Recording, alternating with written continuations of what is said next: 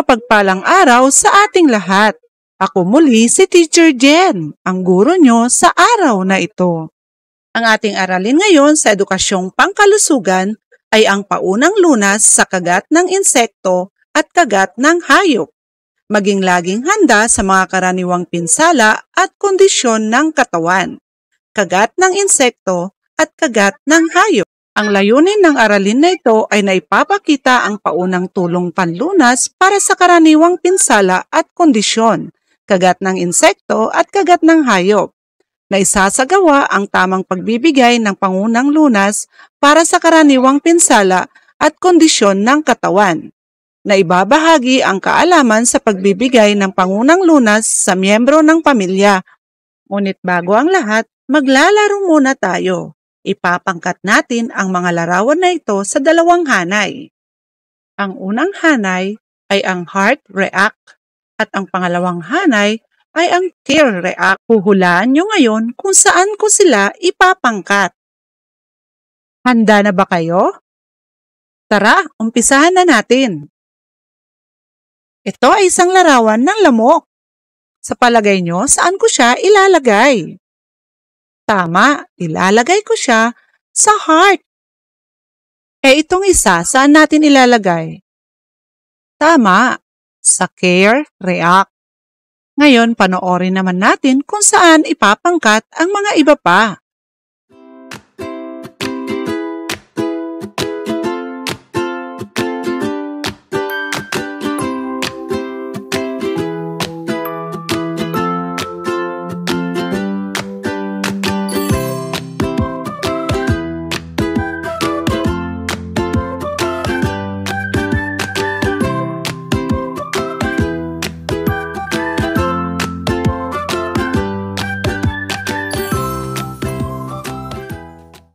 Ayan, tapos na. Ano-ano ang mga nasa larawan? Tama, ito ay mga larawan ng insekto at mga hayop at mga batang kinagat ng mga insekto at mga hayop. Ano ang nasa unang hanay o nasa heart na hanay? Tama, ito ay mga larawan ng mga hayop at mga insekto. Ano naman ang nasa ikalawang hanay o nasa care react na hanay? Tama, ito ay mga larawan ng kinagat ng mga hayop at insekto. Mga bata, sa palagay nyo, bakit ka kinakagat ng insekto? Tama, ang mga insekto ay nangangagat kung gusto nitong kumain o kailangan niyang ipagtanggol ang kanyang sarili. Ganon din ang mga hayop. Ano-anong insekto ang maaring kumagat sa iyo? Ito ang mga larawan ng iba't ibang insekto na maaring kumagat sa iyo, kagaya ng lamok, langgam, ipis, gagamba, surot, black flies at marami pang iba. Ang kagat ng insekto ay kadalasang nagbubunga ng pamamantal, pamamaga, pamumula, at kati sa paligid ng nakagat ng insekto. Ang paghahanda sa mga karaniwang pinsala at kondisyon sa katawan ay kinakailangan ng sinuman. Nararapat na matutunan ang mga pangunang lunas upang may sakatuparan ng epektibo, masasagip ang pagkapinsala at kung minsan ay ang pagkawala ng buhay.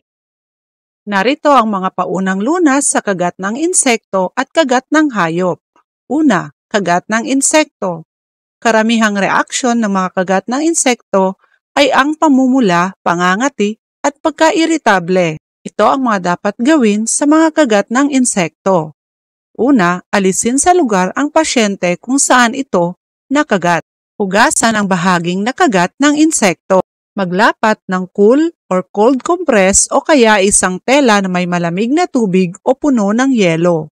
Ilapat ang isang cream, gel o lotion sa bahaging nakagat upang maiwasan ang pangangati. Kung wala ka sa bahay nito, maaari ka ding gumamit ng baking soda. Kung tuluyang lumala ito, dalhin sa pinakamalapit na health center o ospital.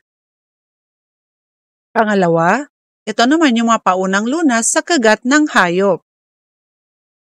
Kung ang sugat ay mababaw lamang at walang rabies, Hugasan ang sugat ng may sabon at malinis na tubig.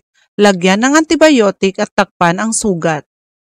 Kung ang sugat naman ay malalim, takpan ang sugat ng isang malinis na tela upang maampat ang dugo.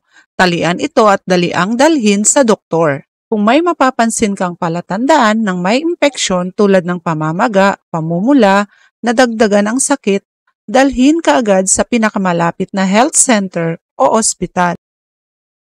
Tandaan na ang unang dapat gawin sa kagat ng hayop tulad ng aso at pusa ay hugasan ang sugat. Itapat ito sa bukas na gripo. Mas maganda kung gagamitan ng antiseptic cleansers o solution sa loob ng 5 hanggang 10 minuto. Makakatulong ang pagtatanggal ng duming kumapit dito upang mapababa ang panganib ng impeksyon. Mahalagang maging maalam tungkol sa rabies ng aso at kung gaano ito kadelikado. Importante rin na alam ang dapat gawin sa kagat ng aso, maging ang kalmot ng mga pusa, sa kamay man o sa mukha o sa ibang parte ng katawan. Ayon sa World Health Organization, isang Asian kada 15 minuto ang namamatay dahil sa rabies infection. Karamihan nga sa mga ito ay mga batang edad 15 anyos pababa. Base naman sa tala ng DOH dito sa Pilipinas, taon-taon ay may 200 to 300 cases ng rabies infection ang naitatala. Ang lahat ng kaso na ito ay naiulat na nasawi dahil sa nasabing infection. May sinaunang paniniwala na kapag nakagat ng aso, dapat kuskusin ang sugat gamit ang bawang o di kaya ay suka. Pero mali ito, ayon sa DOH, dahil may tamang paraan bilang gamot sa kagat ng aso. Babala ng DOH sa pamamagitan ng kanilang National Rabies Prevention and Control Program na maaring magdulot ng contamination sa sugat ang bawang o suka, pati na ang ibang pamamaraan na walang medical basis. Tandaan natin, ang kagat ng aso ay maaring maging sanhi ng impeksyon. Sundin ang mga sumusunod para sa paunang lunas at dalhin agad sa pinakamalapit na Animal Bite Treatment Center upang mapangalagaan ng isang doktor. Ano ang mga paraan upang maiwasan ang mga kagat ng hayop, lalo na ang insekto gaya ng lamok? Sa pamamagitan ng pagsunod sa responsible pet ownership at paglilinis ng kapaligiran upang maiwasan ang pagdami ng insekto tulad ng lamok na nagdudulot ng malubhang karamdaman na kalimitan ay humahantong sa kamatayan ng biktimang kinagat nito. Tandaan natin, may mga hakbang na karaniwang ginagawa at kailangang tandaan. Ilan dito ay paglilinis ng sugat gamit ang sabon at tubig, pagpapadugo ng sugat upang matanggal ang kamandag, at paglalagay ng benda para hindi kumalat ang kamandag. Ano-ano ang mga pangunang lunas sa kagat ng hayop at insekto? May mga hakbang na karaniwang ginagawa at kailangang tandaan. Ilan dito ay paglilinis ng sugat gamit ang sabon at tubig, pagpapadugo ng sugat upang matanggal ang kamandag, at paglalagay ng benda para hindi kumalat ang kamandag.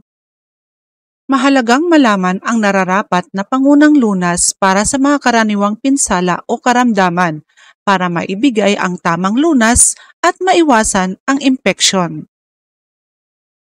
Oras na para gawin ang pagsubok. Gawin ito sa isang malinis na papel. Panuto. Isulat ang tama kung wasto ang sinasaad ng bawat sitwasyon at mali kung hindi wasto.